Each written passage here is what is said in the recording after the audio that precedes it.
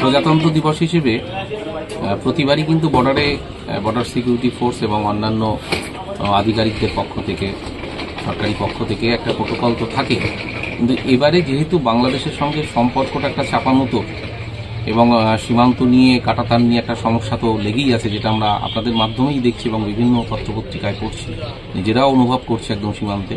তো সেইখানে দাঁড়িয়ে কিন্তু আটোসাটো ব্যাপারটা আরও অনেক বেশি। সমস্ত তথ্য তো আমাদের কাছে আসে না, কিন্তু একজন সাধারণ মানুষ হিসেবে দেখছি যে প্রতিবার যেভাবে বিএসএফের তৎপরতা থেকে তার থেকেও সংখ্যা বেশি, পোস্ট বেশি লোক দেখছি ঘোরাঘুরি করছে। বিভিন্ন বিভাগ কিন্তু খুব সজাগ আছে প্রজাতন্ত্র দিবস উপলক্ষে। মানে নিরাপত্তা বাড়ানো হচ্ছে। হ্যাঁ, অনেক অংশেই বেশি, যা বাড়ানো থাকে তার থেকেও বেশি একটা নিরাপত্তার বিষয় তো থাকছেই। এত বড় একটা বন্দর, পাশাপাশি যে ফাঁকা জায়গা, বিভিন্ন রকম যে সমস্ত খবর আমাদের কাছে আসছে বা আমরা দেখছি, পড়ছি, তাতে ওপারের যে তৎপরতা, জঙ্গি বা অন্যান্য বিষয় নিয়ে একটা প্রশ্নচিহ্ন থাকছে। সেখানে দাঁড়িয়ে আমরা তো একটা নিরাপত্তার বলয়ের মধ্যে অবশ্যই থাকা উচিত।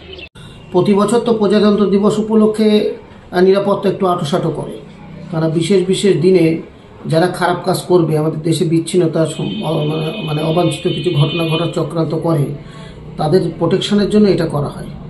নিরাপত্তা বাংলাদেশের ক্ষেত্রে এইবার প্রথম একটু অন্যরকম, অর্থাৎ বাংলাদেশ আমার প্রতিবেশী দেশ, সম্পর্ক আমাদের সঙ্গে খুব ভালো আমরা মনে করি, কিন্তু আতঙ্ক তো আমাদের কাজ করছে।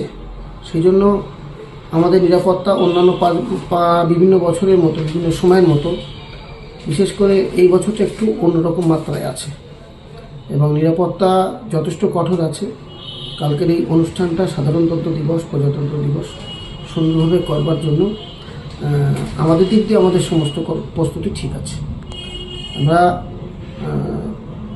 সীমান্ত অঞ্চলে থাকি, বর্ডারে কাজ করি, এক্সপোর্ট ইম্পোর্টের সঙ্গে সরাসরি যুক্ত, তো আমরাও দেখছি যে একটু চোখে পড়ার মতো সিকিউরিটির ব্যাপার আছে। তো এই হচ্ছে সমস্যা।